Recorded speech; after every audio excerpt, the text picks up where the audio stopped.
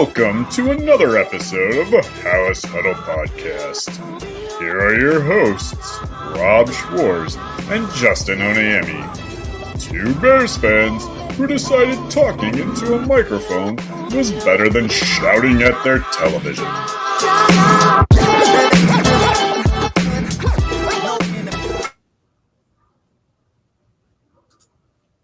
All right.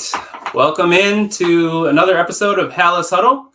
The introduction is half correct. I'm Justin Onayemi. Rob is not with us, but I have Bob Weiss with me to break down a pretty miserable game.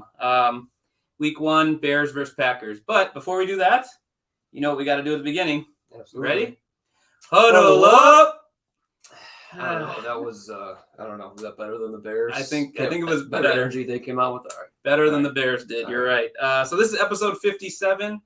It would be the Jack Sanborn episode, but with Rob not here, I didn't feel that was right. That wouldn't be right. He's got to be here for the Jack Sanborn. We got to do 100 more. Yeah, get to 157. So we'll go with Olin Kreutz. Olin Kreutz, that's right. Honorable mention to Tom Thayer. Does play-by-play for the Bears on the radio. Yep. Bears legend. Absolutely. So, Halas Huddle, if you like the show, please like and comment and subscribe. We actually are running a promotion here, so I'm going to put this up on the screen. When we get to 750 subscribers, we will do a drawing, and one lucky winner will get a Bears jersey. Doesn't have to be Justin Fields. After today, of your choice, yeah, it's your choice. Maybe Roshan Johnson, maybe just none of them. Well, maybe you're going to predict what number Caleb Williams. Maybe it's an Olin Kreutz jersey. You know.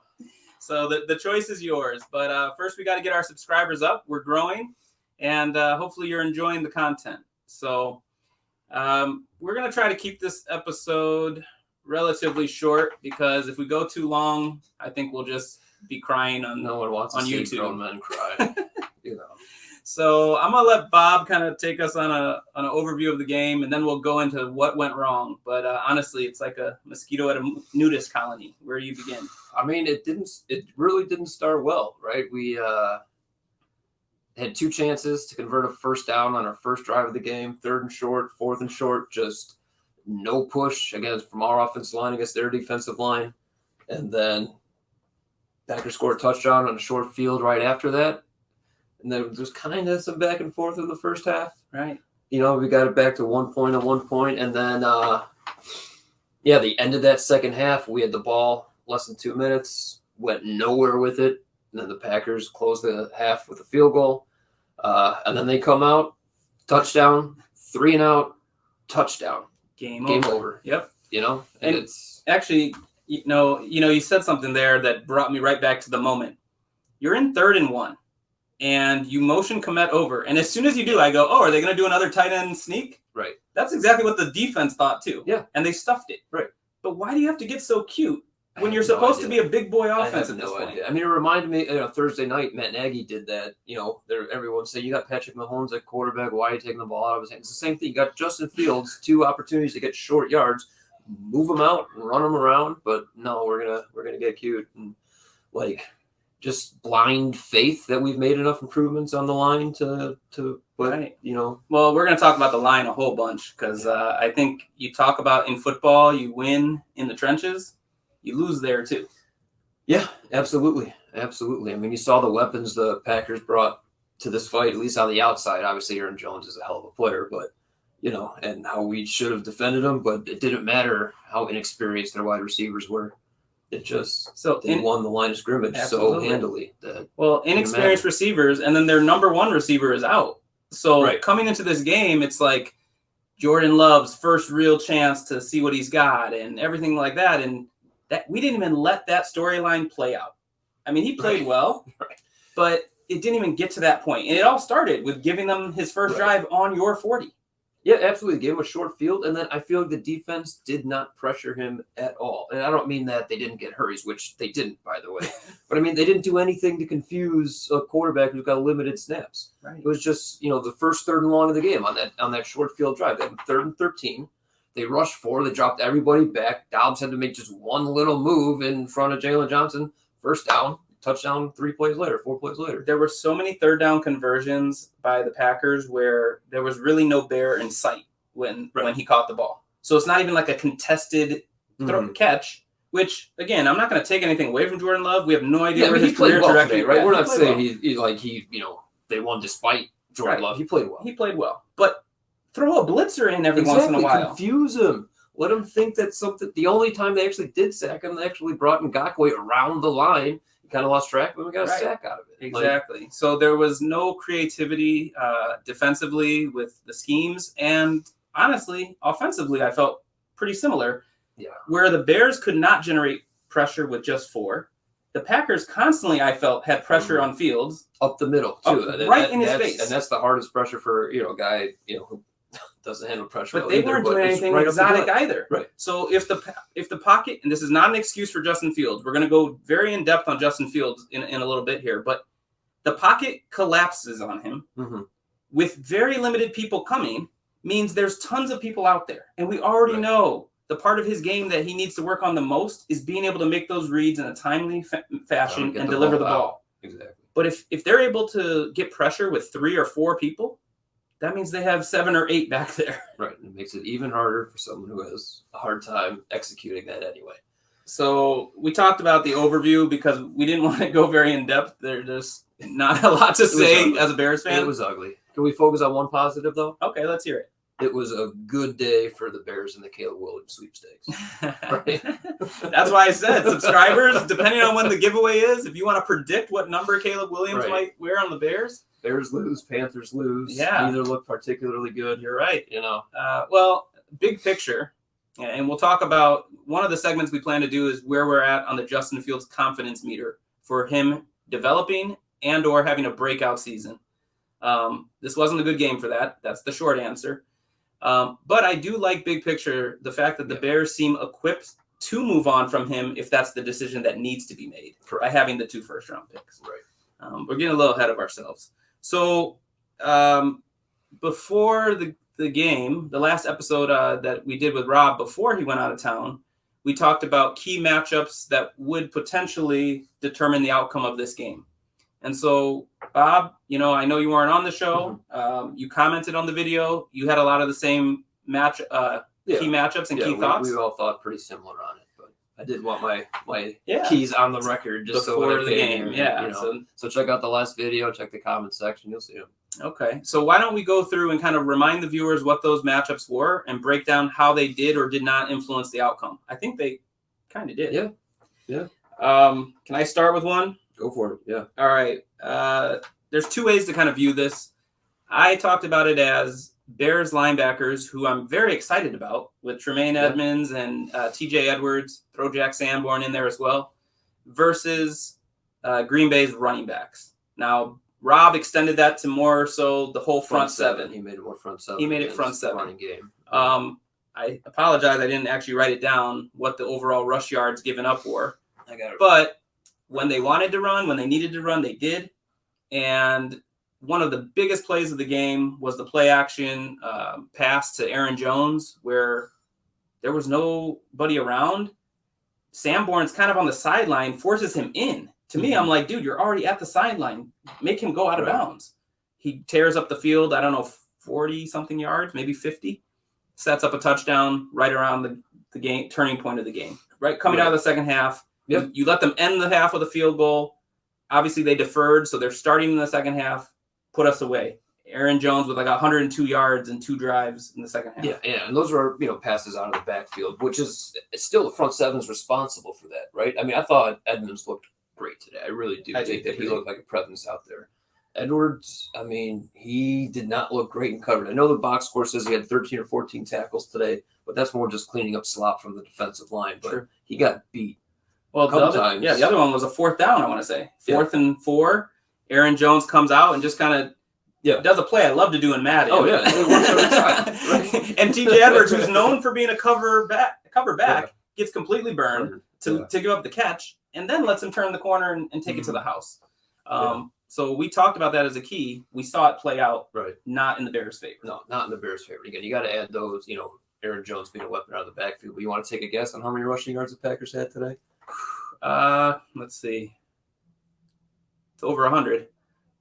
All right, so I mean, whatever. We won't waste too much time with this. 120? No. Like, I think something you said earlier where it's like they got their yards when they needed them made it sound worse, but they only had 92 rushing yards. Really? 92. Interesting. Yeah. But they gashed them when, like I said. Exactly. They got the yards when they needed it. When their offensive line needed to push our defensive line, there was no resistance, and it was just. So when we put a number to it, we put a much higher number. But I also said something about 5 yards per carry. And I'm curious if you don't have to do the math on that. But it seemed like I said, when they wanted to, it's exactly 5. It's 2.9. No. I mean, I'm telling you. How? 32 carries for 92 yards. Oh, So, okay. I mean, but well, again, it's just. Again, 2 of those catches that Aaron Jones made. Exactly. Right. You know, those are not rush yards, but dang, they really hurt. Okay, so you want take us through another one of the keys that either you had or that we mentioned? Yeah, so one of my keys was, I mean, it's obvious it doesn't take some crazy football mind, but I mean, it was penalties and turnovers. You got to be effective with penalties and turnovers. First kickoff of the game, personal foul. Like, what is that nonsense? A couple ridiculous false starts, Braxton Jones, a couple big holding calls. I don't think he played terrible overall, but I mean, a couple big holding calls. That's really bad. And then the 2 interceptions. Yeah. Well, I think one of Braxton Jones' holds. Wait, was it 2 interceptions? Or one interception and a fumble. Am I just? Oh, one interception. One interception and a fumble that was lost. Right. So Braxton Jones had a hold where Fields escaped chaos and made out to the left, and I felt like his hold helped Fields from not getting jacked. So I was kind of okay with that. Yeah. Because it was preserving Fields, right. and the play would have had to come back. And even the other holding, like it was bad, but I feel like it was more of the if you're not cheating, you're not trying varieties. But it was a clear hold, and they called about it. You know. Yeah, I mean, I get more frustrated, I guess, with false starts, which Komet had one. Actually, Komet the had whole one. offensive operation looked sloppy. 2 or 3 plays in a row, I thought they could have been called for one. And it's I don't understand what happens in practice during the week. They just ran it clean and crisp during practice, and then a complete slop in the game. No, it had to have been sloppy in practice. If it was sloppy in practice, you can't bring it into the game. Well, I'm not going to individually throw this guy out there because he did not expose himself, at least to my eyes, in the game. But Nate Davis wasn't playing in practice. Right. So, but like I said, he didn't stand out to me in any kind of negative way. Yeah. He's a veteran, so hopefully he slotted right in. But This is what happens, I think, when you record this stuff right after the game and don't get a chance to really. The Packers still had more penalties than the Bears. Well, there were several times on the broadcast where they said it was Bears penalties and it was actually Packers. Because I think the personal foul was actually on the Packers, wasn't it? On that opening kickoff? I think so. No, I think that backed Let me see. I think that backed I said personal foul on Rojo. Yeah, maybe. But I put question mark? Oh, yeah, started at the 11. Yeah, Drive started at the 11. Yeah. So you started at the 11, you let them start at your 40. And that right there told some of the story of the game. One of the turnovers is a pick 6. Great play by that kid from Green Bay, though. I mean, that was awesome. On my fantasy team. Yeah, you got it. Nice. That's why I was like, all right, take it to the house. Take it to the house. You did enough. No, good for him. Great play. I mean, but yeah. It didn't look like he wanted to score, and then he took a hit from Darnell Wright. He did? No, it was, at the end. He went out with a concussion, I think. Darnell, right? Or the other guy? The other guy, Quay Walker. Okay. But I thought you were saying when he bounced off Roshan. Roshan gave him a shot at like the 30-yard line. Yeah. And then Quay stayed up and just kept rolling. So Roshan was out there sticking fools. I mean, if the linebackers can't cover, maybe try to put him on the other side of the ball. So, yes, you're right. Just playing a clean game, and they did not. Sloppy, just not coordinated. This isn't quite what we talked about, and I think we can actually go further in depth on it later, unless you want to do it right now. The coaching staff themselves have something to do with the flow of the game. Absolutely. And I just didn't like the way it was called. Mm-hmm. What do you think about it? What did you see out there? The same thing, right? Like, we didn't see a single design run call for Justin Fields until the fourth quarter. The weirdest time. It was just like, I guess we're just going to call a draw right now to get 3 yards and it blown up for 2 large loss. I don't know what it was. That was the dumbest time to do it. But it's something you said earlier already that, like, for some reason they're trying so hard, maybe you said a pre-show, so hard to prove that Justin Fields is a pocket passer that we're just not going to run him at all. Like, that's not – you should take this incredibly dynamic, dominant runner, take that from last year, and build on it. And instead, they just took it out of the game plan altogether. Which played directly into what the Packers wanted. Right. Which was keep him in the pocket, Right. cover, because we don't think he can make the reads Right. and deliver the ball Right. on time, which he did not. Right. His completion percentage ended up probably being the decent. percentage ended up being fine. At certain points in the game, it it was terrific, but he still wasn't making timely throws. No, These were checkdowns that were late. And by the end of the game, into that fourth quarter, the checkdown might as well have been his primary read. It wasn't even. It was like, wait, okay, Well, I'm just gonna go. I mean, by then they were probably just dropping. Dropping 8 and like. Okay, so here's my question, and it's an honest question. I didn't break it down live. I'm not going to watch the all 22, but did the Bears know that they acquired DJ Moore? Like, he seems like the type of person you scheme him into plays. He was covered by Alexander at times. I'm going to put this on Justin Fields, at least in the first half, more than the play calling. In that, I know specifically one of the first couple checkdowns that Justin Field had, he checked it down to the running back on the left. You could see clear as day that DJ Moore was open to gash him on a post corner for like 18, 25 yards. It was nothing. But Fields already just made up the mind that he was just going to go to the check down instead of going deep. So I don't know how many other instances of that there were until, some of the other, content, YouTube guys come out with their all 22 breakdowns. Right. But now that may have been a play where, in my mind, it went to Herbert, I believe. I think it was still Herbert. And Herbert hasn't been known to catch well. And he caught that ball really well, turned it up, got the first down. I mean, it ended up being a 12-yard completion, so you don't want to, say, oh, bad play, Justin, you made the wrong choice. But you got to put pressure on the defense. You got to build some confidence. You got to... Well, and if you show them early in the game that you can deliver that pass, that changes how they approach you. Right. And it's just, so when you say, oh, does the Bears even know DJ Moore is out there? Well, I'd like to know how much, at least in that first half, Justin Fields just missed DJ Moore. Right. Well, and that goes back to something you said, though, which is it's all we heard was in practice, he's tearing them up. So do what you've been doing in practice. Right. And then we saw one completion, but we saw it. So there's one, typical Justin Fields double hitch on a, 3-yard drop, finally got it to Moore on the outside, and Moore made a guy miss, got a first down. Next play, come right to him, quick slant, in rhythm, beautiful. Right. That was really, truly the only in rhythm throw that I feel like Fields completed all day, but it was to Moore. Mm-hmm. So coming off a catch. Right. Yeah, that one, he did a very interesting, after the catch move on the sideline where he kind of side shimmied to get the first. Right. He's very creative when he has the ball in his hands. Right. And so to me, you get it to him. I'd like to see that 3rd and 1 all over again if you do something with DJ Moore. Right. That could have changed. I mean, it's hard to say in a 38-20 loss. It's hard when it was just so play lopsided in the end. But it's all the stuff that just snowballed. And just at the end of the day, it was clear that one team was a better team on the field. And it wasn't the Bears. So, I mean, I guess we kind of talked about it. We talked about Jari Alexander versus DJ Moore. Yeah, I mean, like I said, I don't even know if you're crediting Alexander too much. Exactly. I don't really know. Yeah, he was that much not because of a feature. Yeah, just wasn't a factor. I don't know how much of that was play calling, how much of it was Fields, how much of it was Alexander. Okay, but he wasn't a factor. Last one here that I had was Bears secondary versus a Packers banged up receiving core. Christian Watson did not play. He's their number 1 receiver. Yeah.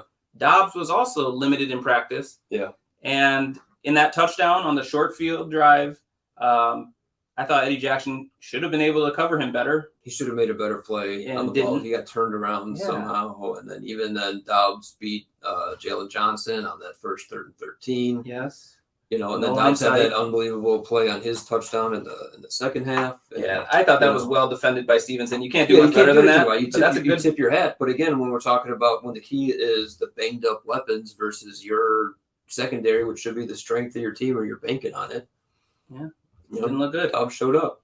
Didn't look good. Do you have any other keys that entering the game that you want to talk about? The other one was, I think we've touched on it in different ways so far, but it was just, can Justin Fields make anything look easy? He's obviously a freak athlete. Everything that he does is some extreme athletic move that looks incredibly difficult that only he can do. But, in order to run an efficient and effective offense, sometimes you just got to hit a quick slant. You just got to hit that 3-step drop, get the ball out, make it look easy, just make your reads. I mean, Jordan Love made it look easy. Does he look like some incredible world beater quarterback? Hmm. No, but he completed the balls that needed to be completed. He made some good plays, kept his head up when he dropped that ball and, kept the play. What do we see from Joseph Fields? Just, I don't even know. Yeah. I still don't even know what we just saw. So you're absolutely right. Even when good things are happening out there, it doesn't look like it was by design or it was. It's just because we have a freak at quarterback. So we got to make a play, which is great. Yeah. But let's add some easy completions, some easy plays to the freakness. And absolutely. All right. Well, we did say we're going to try to keep this kind of a shorter episode. There's tons we could go into. So we're going to take a break here. But when we come back, we will talk about some pivotal plays and pivotal players, as well as really go in on Justin Fields to say where we think he's at in his hopeful ascension towards being a dominant quarterback. But realistically, based on what we saw today, we're going to talk about that. Yep. All right. Enjoy these ads.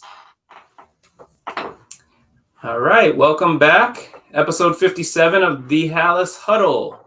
If you like the show, give a like, put comments. We love to respond to comments. And, of course, subscribe. Bob, you like to introduce our next segment? Yeah, we're going to do a little pivotal plays. Based on the outcome of the game today, it's not going to be positive for the Bears, of course. But for me, the tone was set right away on that first drive. We already touched on it in the first segment. You got the ball 3rd and 2 on your own 40, whatever it was. You got to get 2 yards. You got to impose your will. You want to be a physical winning team, and you just get dominated at the line of scrimmage twice in a row. You could even fold the play calling in there. Maybe that third down call got a little too cute, trying to run a tight end sneak. But at the same time, you want to trust the interior of your offensive line and your big $50 million tight end to grab a couple of yards. And it just set the tone very, very early that the Bears are woefully outmatched on the line of scrimmage in this game. Well, something you said, though, kind of hit me just now is you said you want to trust. Right. Lucas Patrick, I'm not comfortable with him. Definitely not at guard, but he didn't look very good at center. And a sneak is basically about you snap the ball and you get as much push as you can right away. Right. That's, I would say, our weakness of our line. Right. And you make 2 plays that go at your own weakness and pretty much one of their strengths. And you could even argue with that play call on 3rd down, having Kmet go under center. That just telegraphs to the defensive line that you're about to run a tight end sneak. So it just, already, whatever pusher you might gain by the other team not expecting that you're just going to go up the middle, you lose because you telegraphed exactly what you were about to do. Yeah. And same thing with Fields' sneak is like Herbert was off center, like not even looking like he was a part of that. If you're going to do that, you might as well move him up and let him be an addition. And I wonder how much of that was maybe there's an option maybe built in, or they'll build off of that in a later week. Well, we'll just pitch it back to Herbert. Yeah. Let's lose first and then exactly sneak attack in a few weeks. I just know offensive coordinators do stuff like that. They put something weird in a play so that they can draw back on it later. But I'm actually glad you mentioned the Kansas City play. I know this is a Bears podcast, but I know exactly what you're talking about. They brought some backup center to take the snap or whatever, and you don't let the greatest player on the planet have the ball. Right. It's unbelievable. I mean, and we banked on them beating Detroit and thinking, hey, Bears could start hot and no. Detroit won against the defending champ. They did get gifted a little bit. There was some help. You guys Lions fans come here want to troll on us Bears fans of what we're going through right now. You played good enough to win, but Kansas City did not, and that's why the Lions won that game. I'm not saying the Bears should be in full tank mode, but if the Chiefs need a receiver, Darnell Mooney or Chase Claypool, because they don't have anyone who can catch the rock. I don't think anybody's trading for Chase Claypool. As open-minded as we all wanted to be about this Claypool trade, I think. True. Well, I'm not giving up yet, but hold on, I'm not giving up yet. There was a bad screen to him where he dropped the ball, but weren't all the wide receiver screens bad? Let's just talk about all of them. Pivotal plays. Every time we ran a wide receiver screen, it was terrible. Running back screens were just fine, especially on the first drive. They got a couple chunk plays, but none of the wide receiver screens. And especially at the end of the game when Green Bay, there's a minute left, and Green Bay just said, you know what, have the ball, we're done. And we go out there with our first string offense. I'm like, what are we doing? Mooney might have got a concussion because So what I noticed on the wide receiver screens, so I'm just going to lump that whole play call into pivotal play. was that every time Fields goes to throw it, partly because they must be telegraphing what they're doing, he has someone in between him and the receiver. So he's doing all sorts of sidearm, things like that. But to me, that's also on your lineman. You know it's a wide receiver screen. Mm-hmm. Get right into the guy right away so he can't get his hands up. So these throws were not delivered in good places. Receivers are going high for them. They're going low for them. They're getting jacked. They're dropping the ball. Claypool's drop, I think, was actually tipped. Yeah, I'm not even worried about the drop for Claypool. I'm worried about there was one wide receiver screen. He just gave 30% effort on trying to make a block. I don't even, at 30% might be generous. He was just going through the motions when he knows the ball's about to get thrown behind him, and he just gets blown up, and then he actually, So you started us off. Ugly. I'm frustrated. Yeah, I know. You started us off. The Bears' first drive had some pivotal plays. Now let's flip it over to Green Bay's first drive, which, because of the Bears' bad play, starts already at your 40. Mm-hmm. Now, that was like, we didn't know how the outcome of the game at that point. The thought was, wow, Bears defense is in a tough position here, but let's stick it to them. Let's show them. And on the first 2 plays, they did that. Yeah, they stuffed a run. Right. They ran this weak-ass college option to the short side of the field. Right. I was thinking, oh, you're going to run that kind of stuff? He got blown up, and he got blown up. Stevenson just, So it was 3rd and long. And then I only wrote here, too easy. It was close to a first, and then they measured and said it was. I just put too easy, but you kind of went into more depth on it. It was indicative of the way they handled all 3rd downs.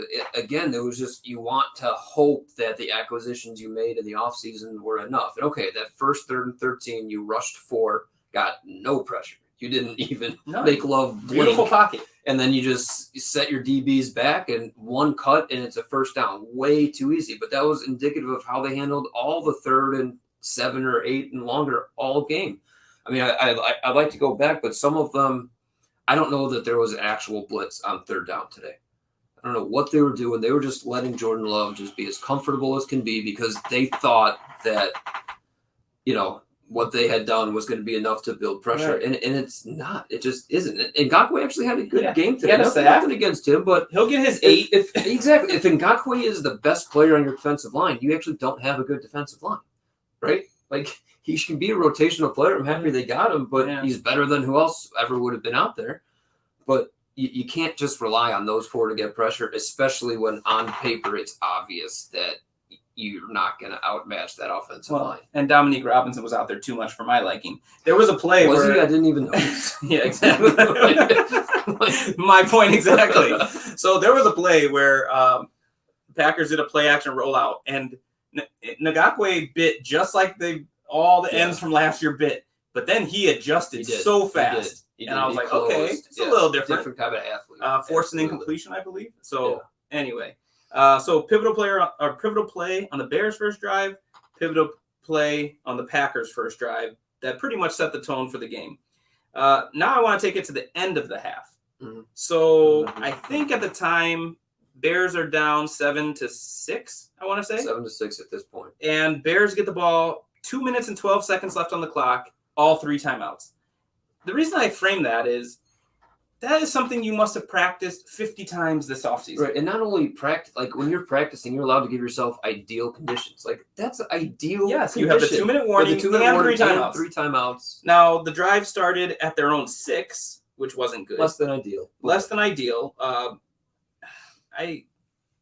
Velus Jones was inactive. He's supposed to be your kick returner 1. I haven't liked what I've seen out of Scott on many of his kick returns. I know in the preseason he broke one, but I feel he makes some bad decisions out there. But anyway, that's kind of beside the point. But they started at the 6. Was it a 3 and out? It was. I got here. Herbert ran for breathing room. Run 5 plays. Yeah, Herbert ran for some breathing room. Komet made a catch and got out of bounds. So 2nd and 5, really bad screen to Mooney that actually lost 4 yards. And Green Bay calls timeout. And I'm like, oh, that's how bad you are doing what you're doing. Right. Is they still think this is a perfect opportunity for them. Right.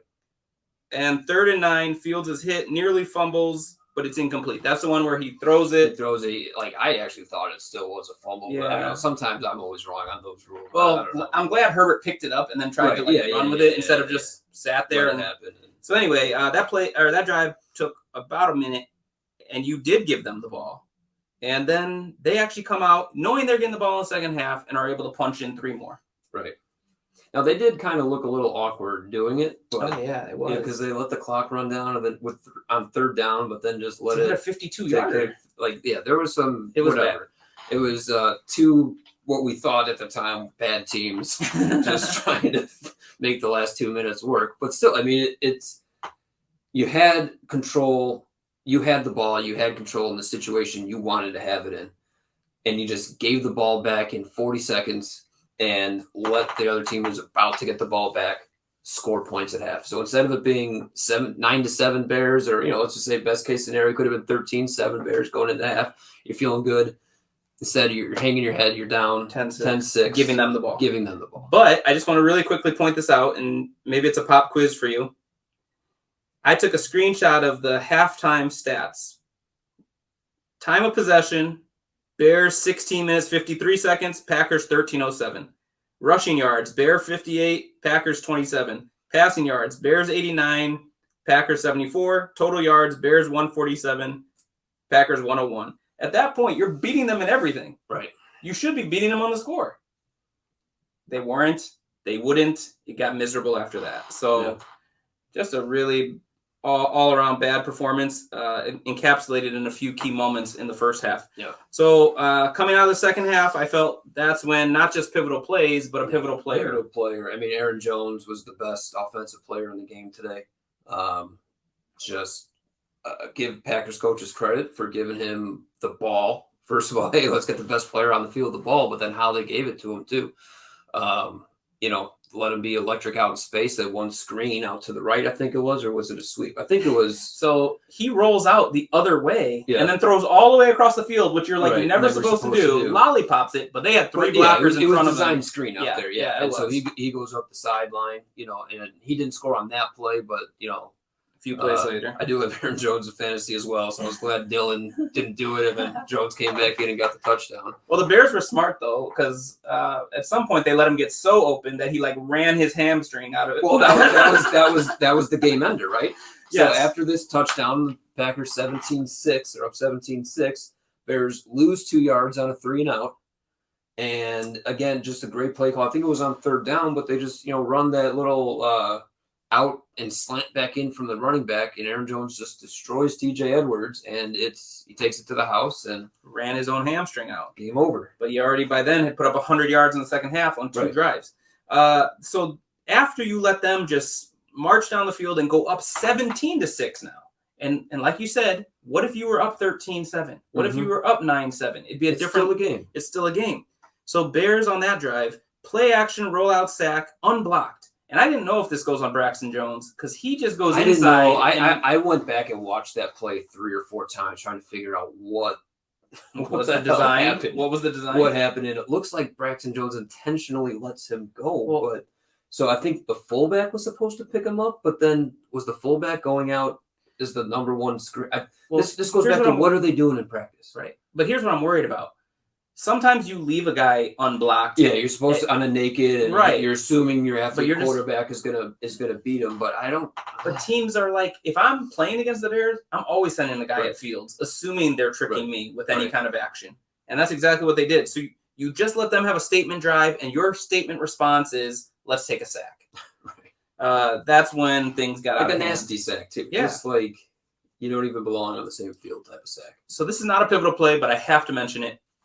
I said it to my son while we're watching. I was so mad. So I can't even tell you exactly when it happened. The Bears come to try to quick snap, and the Packers are trying to do a sub. So there's clearly a guy going off the field. You're going to get the too many men on the field and an offside. You got both, actually. Yeah. That is automatically throw it as far as you can. Hopefully you catch it for a touchdown. Absolutely. Free play. You know what they did? They let Fields get let him get crushed. On a play that's supposed to be in your favorite, your benefit, and then insult to injury is it happened against the Packers, and Rodgers had done that dozens of times against the Bears. Sorry, so I don't know on that play because it was Darnell Wright, the one who got beat, and so I don't know if that was a rookie thing on him where he was just like, oh well, I know, knowing that hey, this is you still have to play 100% right now because this is our chance to get a free play. Well, I'm curious. He was like, oh well, it's a penalty, so whatever. See, I put it on Fields. Yeah. Because I don't know, I just think you're the guy holding the ball. You're the guy who called the snap. You should have seen he was on the field. the worst case scenario is you think you got him and you don't, and you throw a pick. In this scenario, when we get to Fields in a little bit, Okay. I'll talk more about it. But I think this is one where the offensive Didn't have lineman time. got beat so badly Yeah. that it's not even he held onto the ball or didn't make the right read. Okay. Any more pivotal plays? I mean, you know, that Aaron Jones ended the game in the middle of the third quarter, right? So we could talk about what happened after that, but I don't see why. None of it was pivotal. Okay. So that just leaves one last thing to do. And, you know, when Rob joins us again, I have a feeling this is going to be an ongoing segment. But we're going to talk about the confidence meter we have in Fields. I don't even know what I want to say, because one is just developing. But you're in year 3 now. This shouldn't be about developing. This is about, like, are you that dude, or do we need to move on as soon as maybe next season? Right. So not just developing, but headed towards breakout. I have my thoughts about today's game and how that plays. And I do want to mention, it's just one game, but not a good indication. Not a good indication. So I have the luxury, like I was on this podcast exactly a year ago, or week 1 of last season, right? Sure. And I remember distinctly saying we have an elite playmaker at quarterback, but he's still got to learn how to play the position a little better. So I will say I do think he played this week 1 better than he played week 1 last year. At least he was taking those checkdowns. At least he was getting some easy completions, even though there wasn't, I don't necessarily believe the play design. But he's still just not taking the shots, I think, as the play is designed. And, you know, you guys get to do the show every week. Like, I didn't get to come on and talk after the last preseason game against the Bills. But that's when I don't want to say I'm out on Justin Fields, because I think that's a little too strong. But I think I'm done thinking and assuming he's going to get to the level we all want him to get to. It's now, I'm not saying he can't do it, but it's like, you have to prove it to me now. And you got 16 more chances to prove it to me. You didn't prove it today, you know? So I guess I'm similar. I'm in a similar place as you, to be honest. I want to believe in him. I see the potential. I see the talent. Because when you look at his actual arm talent, I believe he can make all the throws. Mm-hmm. But does he know when to make all the throws? And does he do them when they need to be done? I mean, the touchdown to Mooney today, right? It wasn't necessarily clean and in rhythm, but it was an arm talent throw. It was, there he is, touchdown. Right. You know, it just got to do that more consistently. So I wonder if you gave truth serum to Luke Getsy. You got the 100% honest truth out of him. And I will say, when Getsy is asked about Fields, I feel he does kind of speak to the fact that I feel like he's not exactly where we want him to be. And Halas Huddle, But I'm talking 100% truth. Does he think he's that guy? What do you think he would say? Because I don't know if it's him not scheming it, or if he still is holding back because Fields isn't showing him that he can do certain things. So, I mean, the question is he that guy? Obviously, he is not that guy. Can he be that guy is still the question. True. You're right. Right? And I don't know. So it was on social, Bears Twitter. I think I don't want to say who I thought it was because I don't want to quote him wrong or whatever, but I think he was quoting somebody. And basically the question was, what numbers or how good does Fields have to be this year where if the Panthers give you the number 1 pick, you would just trade the number 1 pick and hold on to Fields? And even at that time, I was like, I don't think there's anything Justin Fields can do that will make me think that he's going to be a better quarterback prospect than Caleb Williams. Right? And so in that scenario, you maybe, how well can he play where you feel comfortable trading him? And that's the part too. All right. So again, this is the scenario where the Panthers give you the number 1 pick, or the way the Bears play today, maybe it's your own number 1 pick. Like that's very that better not possible be the too. case. I'm not talking about trading up for Caleb Williams versus Justin Fields. Going 3-14 conversation. Again. Exactly. You have the number 1 pick again. So are you holding on to Justin Fields and extending him, or are you going to get what you can for him? Remember, Carson Wentz got traded for multiple times. There should be a market for Justin Fields, even. Yeah. Well, here's the thing. If you're signing Justin Fields to a long-term deal, it's going to be for some major money. Right. Because guys are getting money now at that position. No doubt. So you can't have a guy that's just... I don't know. For that amount of money, you have to have the guy. Here's the thing that was so frustrating about today's game is Justin Fields is elite at many things on the NFL field. And the game plan today didn't let him do any of that. There was no bombs. He's got an elite deep ball. Yeah. He didn't get him out in space. He didn't have any designed runs. So you mentioned design runs a few times, and I don't think you're going to forget, or any of our viewers are going to forget, it wasn't until after the embarrassment in Washington and that mini bye that it was like, hey, let's design the game. Apparently they watched Baltimore film and said, hey, he's kind of like Lamar Jackson.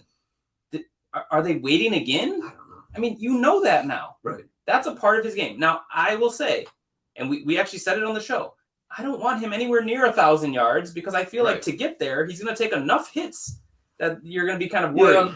But you can't bring it back so far that you're now handcuffing him. He's not a pocket passer. He's just not. And again, he had, I don't know, I'm not going to bring it up, 40, 50 rushing yards today, all on scrambles. Right? Yeah. Well, so, I mean, don't forget that he can still quarterback draw for -1 yards. Right. He can still make plays with his legs, even as scheming him out of the pocket. But that's not putting your players in a position to win.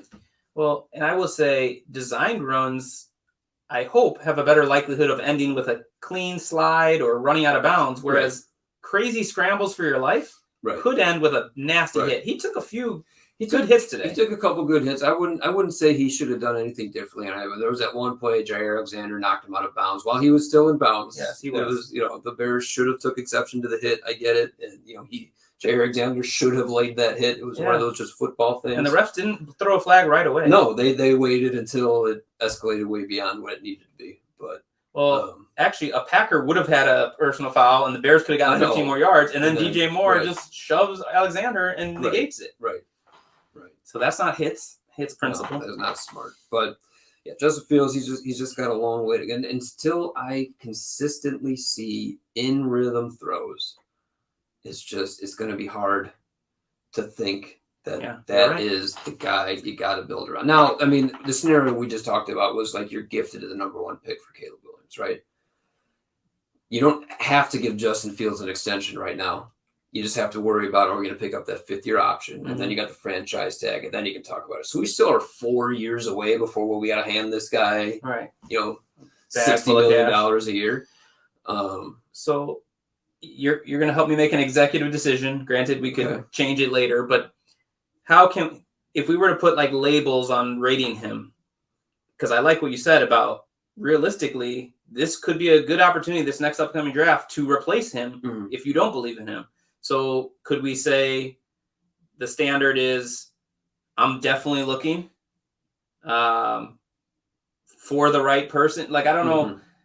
Like right now, would you feel, I mean, if this game is indicative of what he's going to do all season, we're definitely looking for a quarterback next year, correct? Absolutely. I mean, if by the end of this year, he just isn't producing out of the pocket the way you expect a quarterback to produce out of the pocket. Again, look on the other side of the field today, right? Yeah. That wasn't some incredibly impressive crazy performance. But the numbers were great and the victory came. Right. He completed the balls that needed to be completed to nobody. And, so that until Justin Fields can show me a game like that, where you're just an average quarterback running the offense, and then add the extreme athleticism to it, now you got something. Well, I think you said it all when you said a year ago today, which I actually think it was one day. I think it was September 11th last year, maybe. But anyway, about a year ago, you were having the same thoughts. And a whole season happened, a whole off season where people want you to believe he's making progress. And maybe he is. Yeah. And that's, again, why you can't put everything in one game. Right. We're still talking about this. We're still about 50% emotion just coming off this game. We haven't watched it a second time. We haven't got to see other people do real analysis on it. This is still just off the cuff. Maybe there was a bunch going on. Maybe it was the play calling. Maybe Jair Alexander really did take out DJ Moore from the game.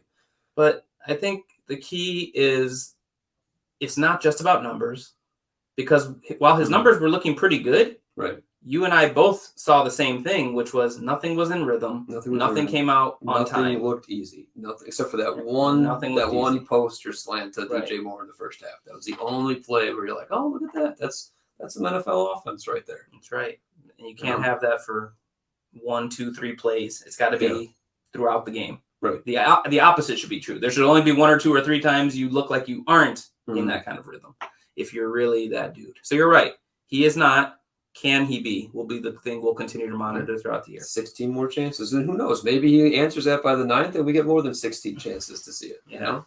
It's funny. It's funny because by starting how they did, and Tampa looked better than people think, went to Minnesota and won a game. You're going to Tampa, followed by going to Kansas City. So if things don't get quickly on the right track, you could be looking at 0-3. I've always been worried about this week 2 game just because, Tampa, they still have a defense. They still got a really 85 good head coach. They still got, things going for them. If we bring this offense down against that defense, it's going to be 0-2, and then you're 0-3. And then Denver at home, which they didn't look great, but anyway.